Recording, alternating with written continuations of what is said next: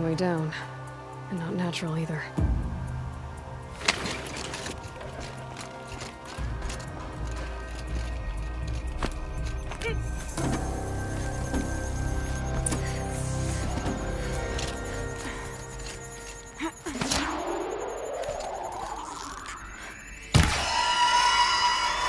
Might not be alone down here.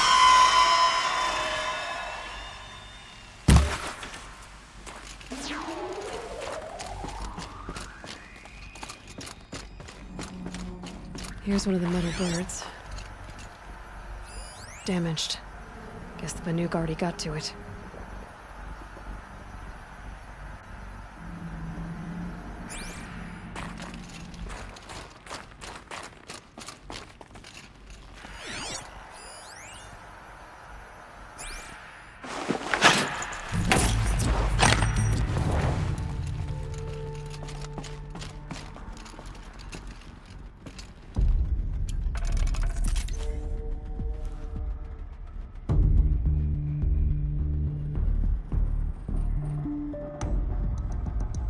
If I can't find something, maybe my focus can.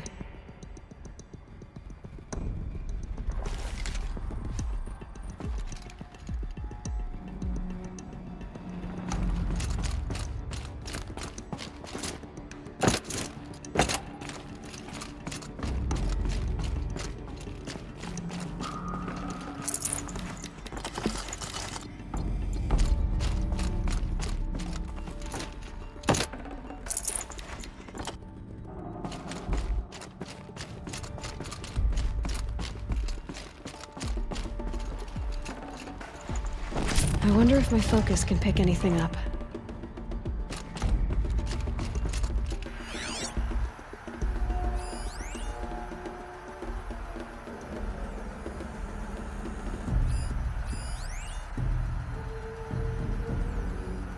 If I could move that flying machine over a little.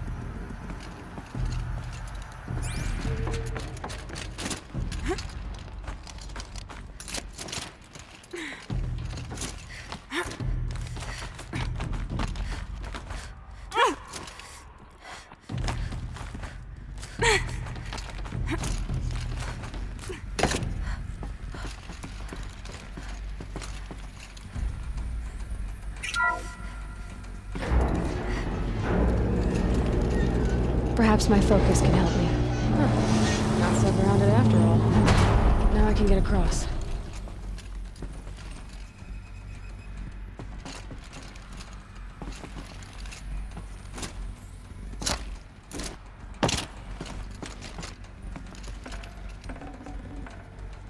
Something's been hacked out of it. Maybe I can find another of these flying machines.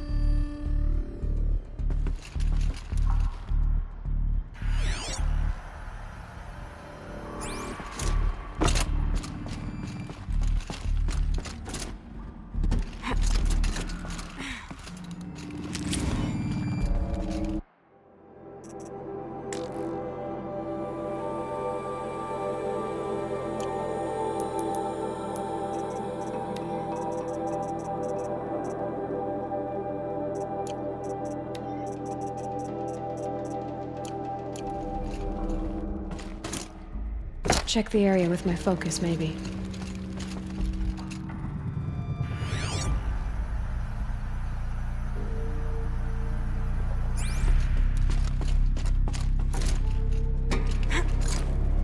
Just have to go up.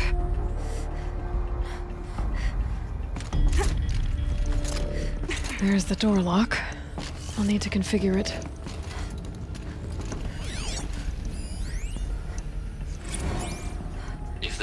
Technicians think I'm gonna sleep on them waltzing in here and screwing around with the drone routines. They have seriously underestimated my sense of mission. Let's just reset that hololock. Echo, Sierra, Echo. Maybe my focus will see something.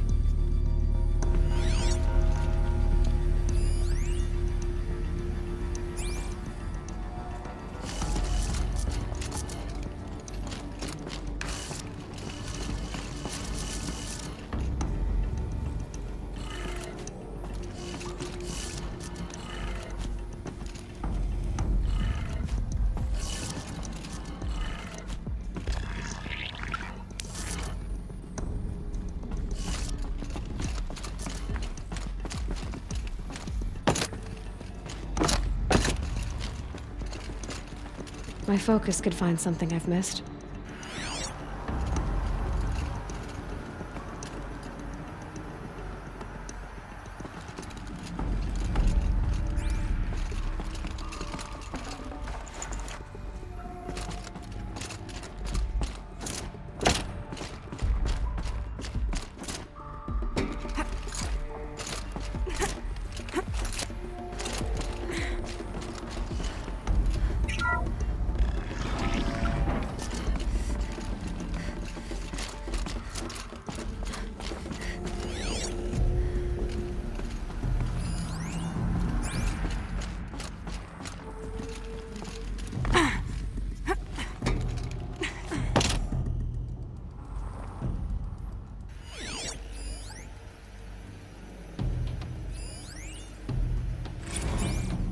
I didn't ask for a bunch of flying cameras. I need security, not surveillance. And security means firepower. As God is my witness, I will not be caught squirting blanks if and when a major act of terrorism desecrates these facilities.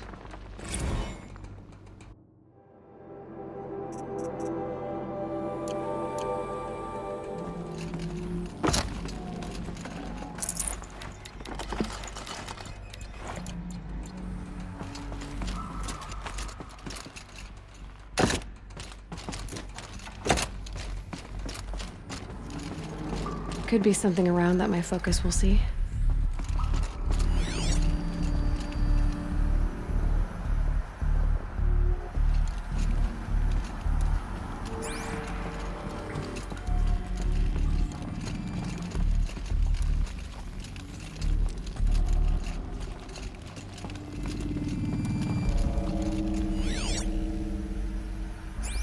No one's touched this machine since it got sealed in here.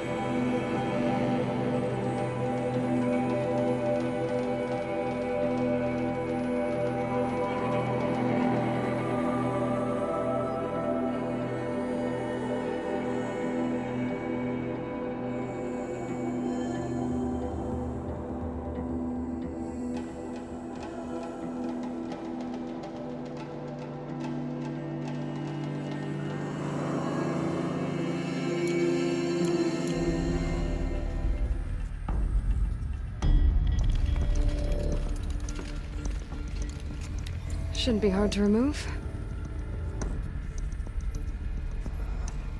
I'll show it to that shaman when I'm back in Song's Edge.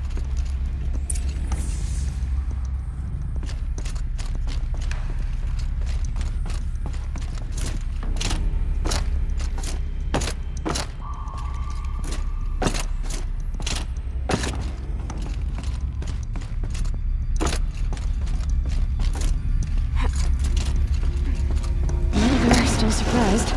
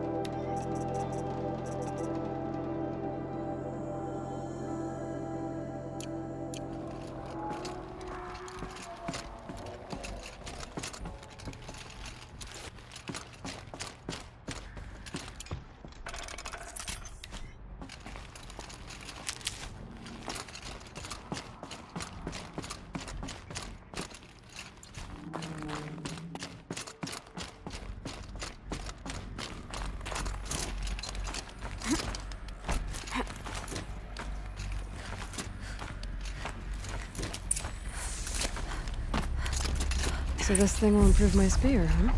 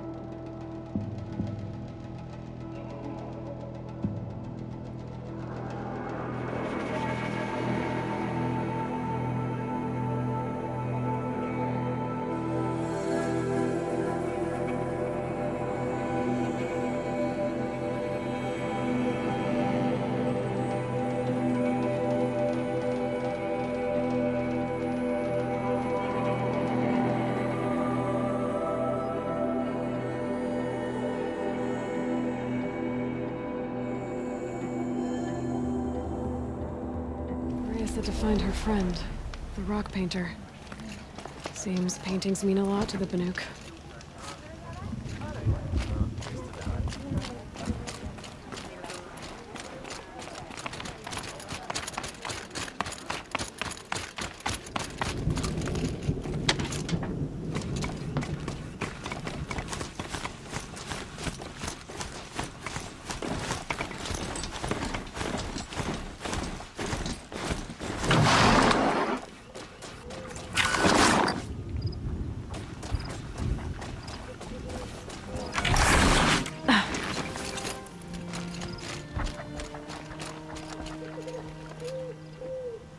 Is this what you— Hush, hush.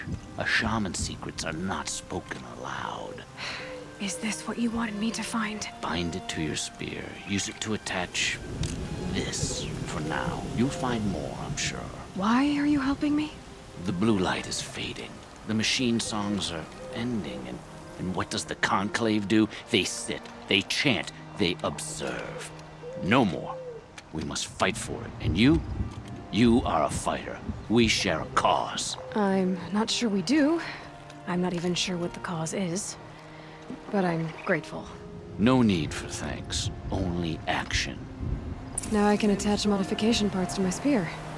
Works for me. Might as well get started improving my spear. You can't let the smoke from Thunderstrom distract you. We all have jobs to do.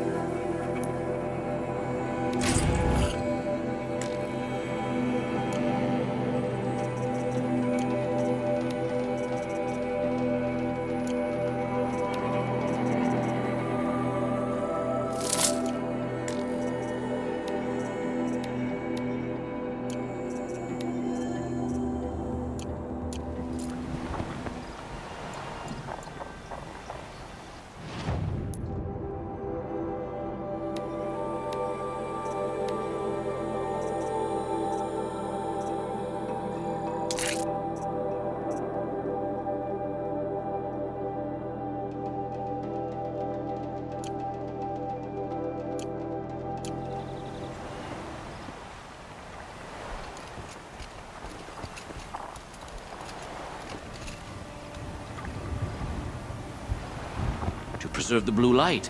That's our task.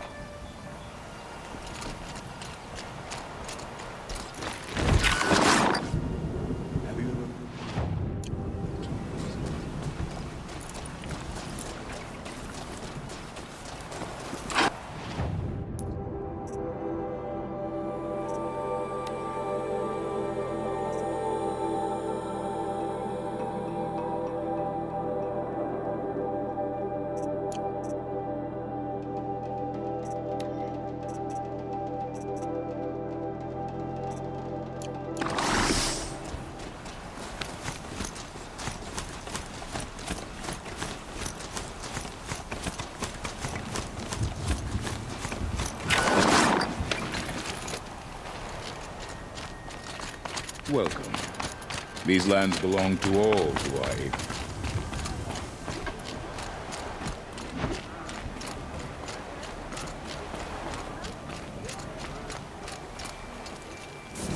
What you're holding up on?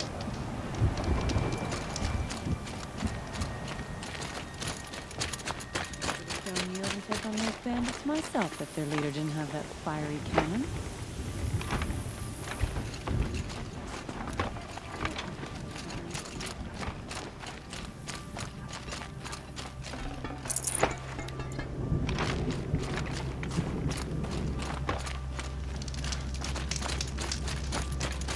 Aloy, got a proposition for you.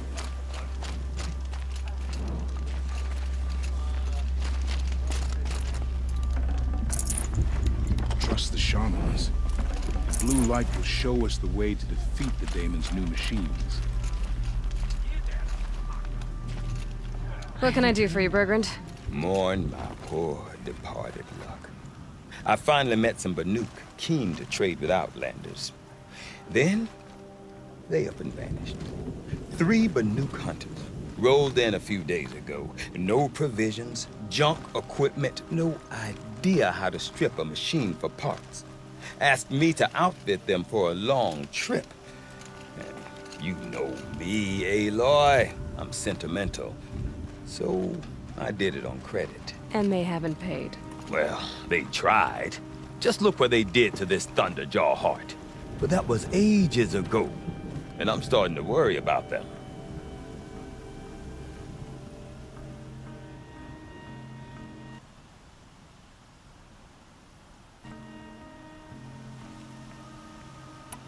Tell me, Bergrand, are you worried about their well-being or your purse strings? A man can worry about 2 things. Uh-huh.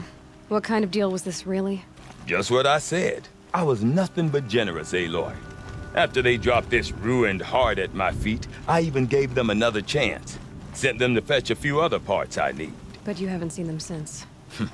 Hide nor hair.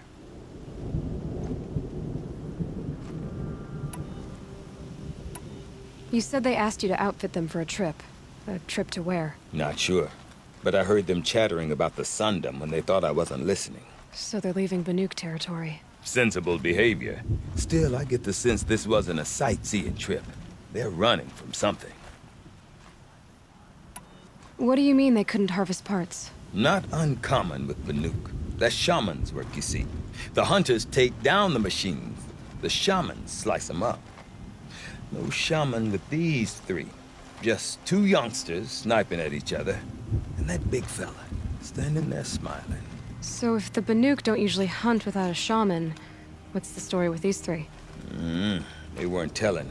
But hammer to steel is not a happy story, whatever it is. I'm not a debt collector, Bergrand. If I look for them, it'll be to make sure they're all right. Of course, of course. Fires of the Forge, forgive me. I actually like these idiots. The molten steel of youth and all that. But if you do manage to find them, you could remind them of the deal we made. A Scorcher Claw, a loop of sinew from a stalker, and a Snapmaw Fang. If they bring me those parts, their debt's paid. And then some. Just make sure they don't bust them up too badly. I'll consider it. Last I saw them, they were heading northeast. Good machine hunting up that way. If you decide they're worth the trouble, you might look for them there. I've never traveled further south than the Grave Ward.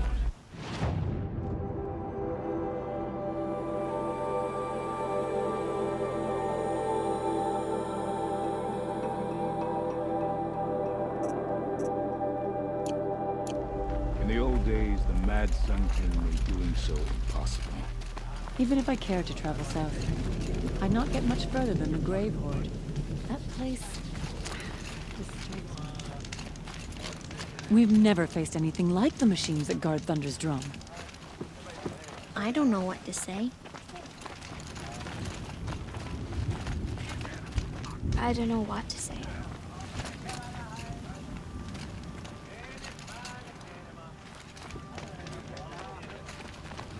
Yes, fine. Spend all Did I your do shards on something fancy wrong? weapons. Without real skill, they're as useful as...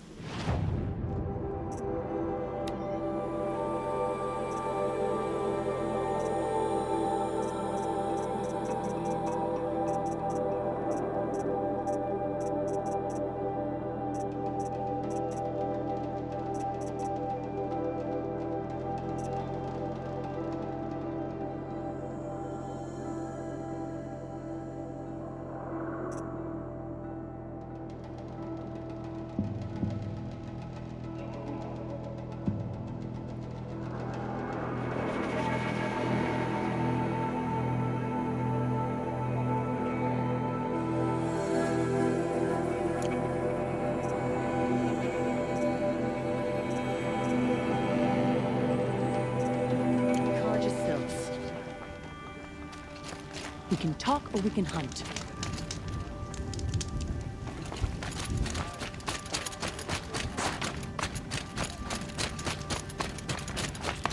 Truly overcomplicate things. When the old ones were fresh in their graves and our numbers were still small, it was she Sakuli. who led us through the frozen wastes.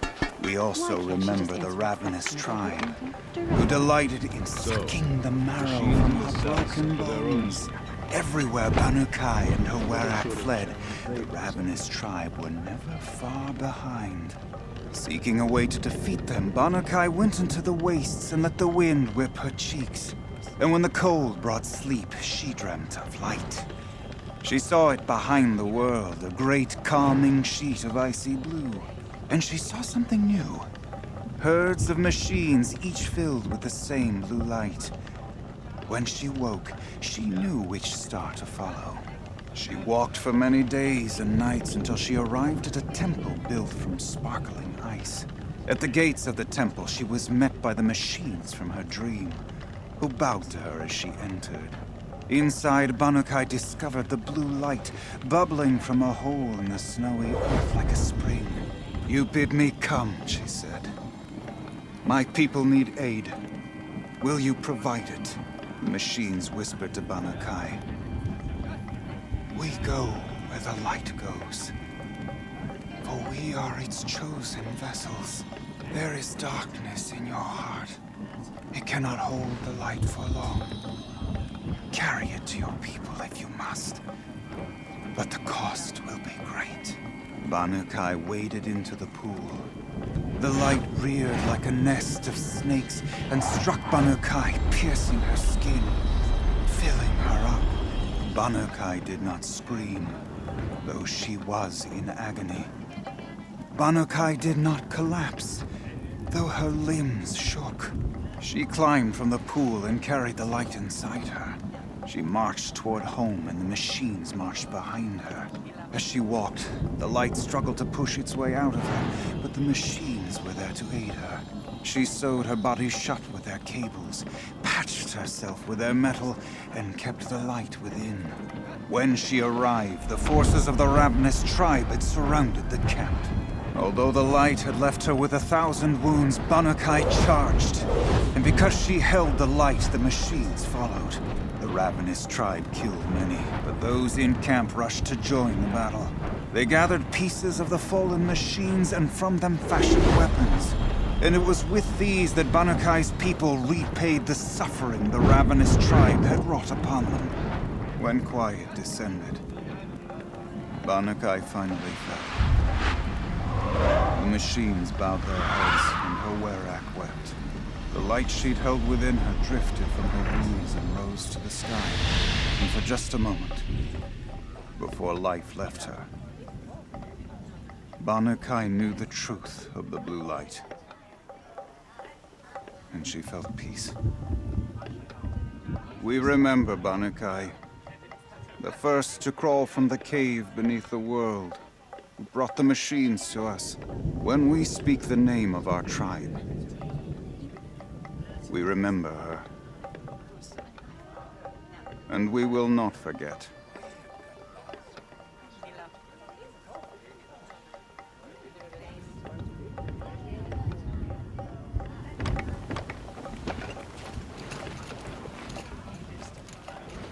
We remember Banukai, when the old ones were fresh in their graves and our numbers were still small. It was she who led us through the frozen wastes. We also remember the ravenous. Delighted. So reinforced.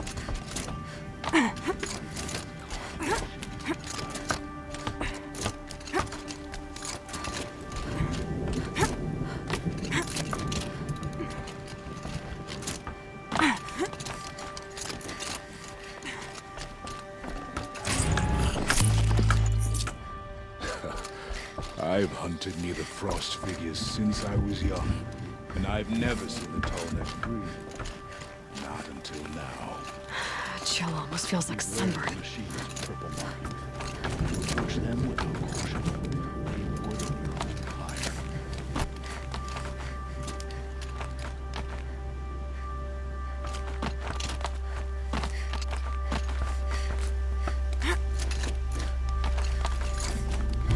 What does the Outlander want? I'm looking for Skuli. You found her.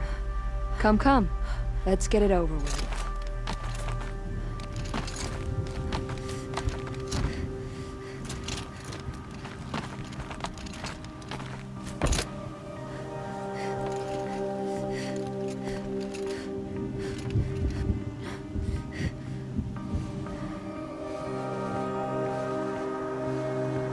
Quite a view you've got up here. It's a useful perspective. How fleeting we are when the world is so wide. From up here, you can see how the light paints across the land. Ever changing. That's a lesson. All our marks will pass. That outlook sounds a little depressing for a painter. Haven't met many artists, have you? Song's Edge needs new stories. I scrubbed its past off this rock to start anew, but a new start needs new colors. Fresh pigments, like none have seen. Araya said you could help me get the Werax attention. Araya works in strange ways, but I've drunk paint to survive in a blizzard, so I'm one to talk. I'll get you noticed, if you bring me the pigments I need to complete my work.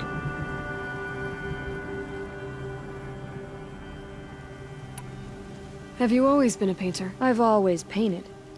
But I wasn't a painter until I was driven out of Banur. Up there, the markings are eternal. They paint over the same lines, the same colors, over and over. As a child, I learned from copying them. As I grew, my heart sank at the familiarity. All of us Banuk might as well be trapped in glacier ice. We have the look of life, but never really moving. The Banuk rock paintings are impressive, but, You want to know what they mean. That's not the right question, but I'll answer anyway. Some are a call to the machines.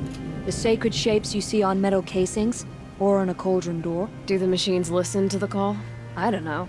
Others, like mine, are a call to the tribe. You could say inspiration or prophecy. And sometimes even men listen, if the painting is loud enough.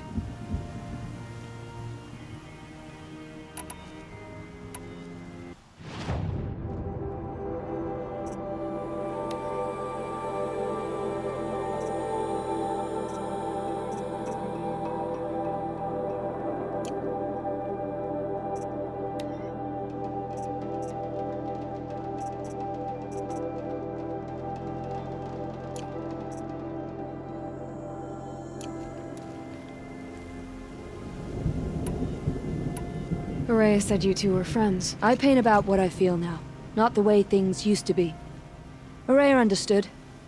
Most Banuk didn't. I would have been exiled if she hadn't had Aratak take me into their Werak. These pigments you want. Where should I look for them? Salts gather at the edges of geysers and hot pools. Crystals cling to the rocks and cliffs. I'll see what I can find for you. Seek out the vibrant ones. A spring of sudden color among snow or rock or metal. That's its own reward, but I'd reward you as well.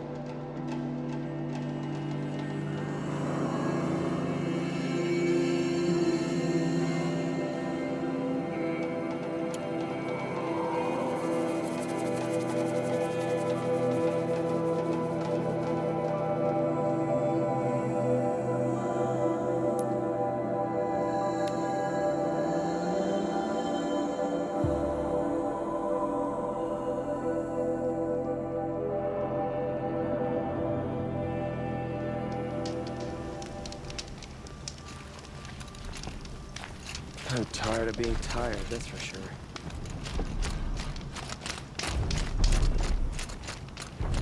It was Dervahl. He tried to kill me.